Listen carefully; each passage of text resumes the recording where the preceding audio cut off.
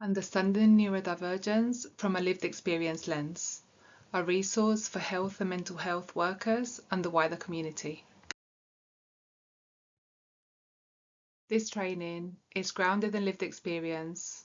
It aims to strengthen awareness and responsiveness to the needs of neurodivergent individuals in healthcare and mental health settings.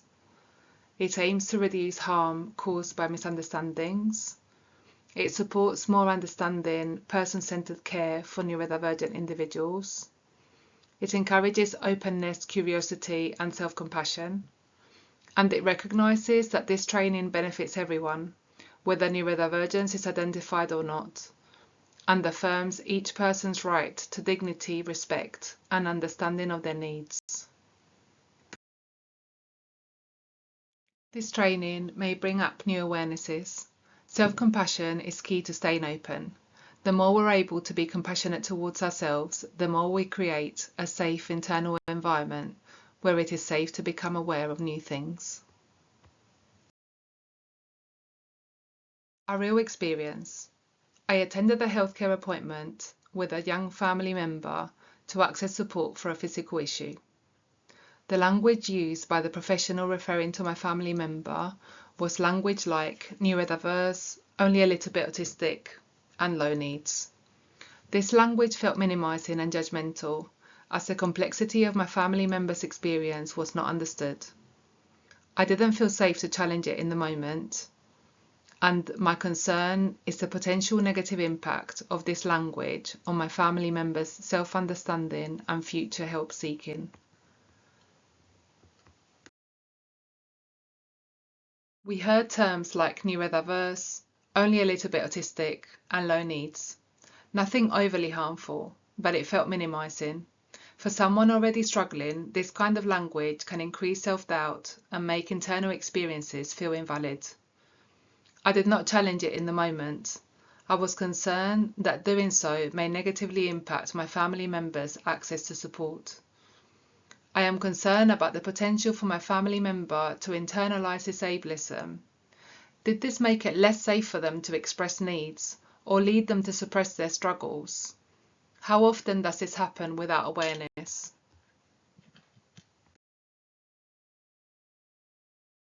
The importance of self-awareness in practice. We cannot be aware of what we have not yet learned, and that's okay. Awareness often comes after exposure to new understanding. Openness requires internal safety in the form of self-acceptance and self-understanding. Carl Rogers said, "The curious paradox is that when I can accept myself just as I am, then I can change." Reflection. What might I not yet be aware of? And can I approach that with self-kindness? Internalized ableism. Internalized ableism happens when adopting harmful beliefs about neurodivergence. It is often a response to unsupported environments. It can develop through growing up in cultures, systems, or families that teach us we must think, feel, or behave in certain ways to be accepted. Internalized ableism can lead to feeling that being our authentic selves is unsafe, and that to be valued, supported, or cared for, we must comply or mask. Common beliefs that we might have if we have internalized ableism: I just need to push through, or my needs don't matter. These beliefs can influence how we treat ourselves and how we treat others. Reflective questions. Where am I harsh towards myself? Do I expect others to cope as I do? What helps me feel safe enough to reflect?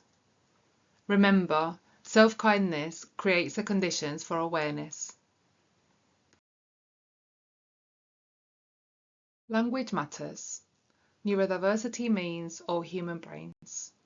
Neurodiverse means a group of people with different neurotypes. Neurotypes means different ways brains work. Neurodivergent means individuals whose brains differ from the norm. It's okay not to have the right words.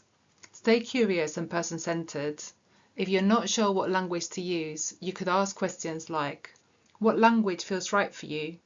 How do you identify? The purpose of language is to support connection and understanding. If it doesn't do this, it may be missing its purpose. Phrases like "a little bit autistic" can feel minimizing and dismiss lived experience. Instead, you could invite understanding by asking questions like, "What does this mean for you? How can I support you? What do you need?" And offer reassurance if the person doesn't know, by saying something like, "If you don't know, it's okay. Shall we explore this together?" Accurate, respectful language supports compassionate care. Rethinking needs. Low and high needs are oversimplified labels. Neurodivergence is complex and multidimensional. Needs are context dependent and can change over time. Expanded understanding. A person may appear high needs based on visible factors like mobility, speech, independence. However, needs are not only physical or cognitive, they also include emotional well-being. A person may appear low needs due to, for example, being high masking, but very much have high needs related to emotional well-being. Hidden and unequal needs. Someone may have high physical or cognitive support needs and lower emotional needs, lower visible support needs but high emotional needs, or any combination of any support needs. There is no hierarchy of needs. Emotional, physical, and cognitive needs are all equally important. A person may appear low needs but experience significant internal distress that is not visible.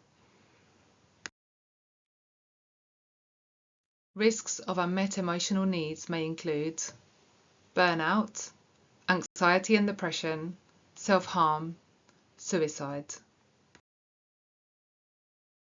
Understanding human complexity and needs. Being cognitively able does not mean experiencing good mental health. Being able to communicate does not mean feeling safe to express need and getting need met. Appearing independent does not mean being able to meet own needs without support. Personal experience, neurology appointment. I went for an appointment at neurology for an assessment for possible MS. I was asked to complete physical tasks, and one of the tasks that I was asked was to walk on tiptoes, which I was unable to perform. In the moment, I couldn't walk on my tiptoes. It felt like my brain and body weren't connecting. It was frightening. This was dismissed by my consultant, which made me feel really unsafe. I didn't understand what was happening and thought something was seriously wrong. It affected my trust. If this wasn't taken seriously, how could I trust that bigger concerns would be? Later, in a safe environment, I could walk on tiptoes. I then realised that I had likely been in a fight, flight or freeze response during the appointment due to feeling unsafe. So not being able to walk on tiptoes was not inability, it was shutdown. This made me question the assessment itself. If I feel so unsafe that I can't function or respond as I normally would, how reliable is the assessment? If someone feels unsafe and cannot function as they normally would, how reliable is their assessment? The impact of feeling unsafe or uncomfortable. Functioning can change under distress. This may be misinterpreted clinically. Emotional safety affects ability. What happened next? A complaint was made, a second opinion was arranged, additional tests were completed. The outcome was the same, but the experience was different. This is not just one experience. Many neurodivergent individuals are misunderstood and/or dismissed due to differences in how they experience and express physical, emotional, and mental distress. When distress is misunderstood and needs aren't met, the potential impact on patients. Increased distress and/or overwhelm, reduced trust in professionals, suppression of needs or symptoms, not receiving appropriate care, avoidance of future care, delayed diagnosis or no diagnosis, managing health conditions without support, increased risk of serious harm or death, more appointments, complaints or requests for second opinions, inequity, discrimination and alienation, experiencing unequal access to care and biased responses due to neurotype or presentation. When distress is misunderstood and needs aren't met, the potential impact on services, for example, NHS, repeated appointments or second opinions, additional tests or investigations, increased time and resource use, services not used when needed, complaints made, legal cases, inequity in care and discrimination. How could this be avoided? Creating safety during appointments by using kind, patient and respectful language, explaining what and why, what is happening and what is its purpose, acknowledging concerns, don't minimise, even if they seem less clinically relevant. If something isn't a priority, explaining why clearly. For example, in my case, if walking on tiptoes isn't a concern, say why. When people feel safe and understood, care is more effective and efficient. Safety, openness, awareness, better care. The safer I feel, the more open I am. The more open I am, the more aware I'm able to be. And the more aware I'm able to be, the better care I'm able to offer others. Self-compassion helps professionals in the same way. It helps them to stay open, to reflect with less defensiveness, and to respond with curiosity. Safety, openness, awareness, better care. Do you feel safe enough to stay open? Do you feel safe enough to reflect without defensiveness? Do you feel safe enough to respond with curiosity? Could you offer yourself self-compassion no matter how you answered the above questions? Gentle reflection. When do I find it hardest to stay open to others' experiences? What feelings arise?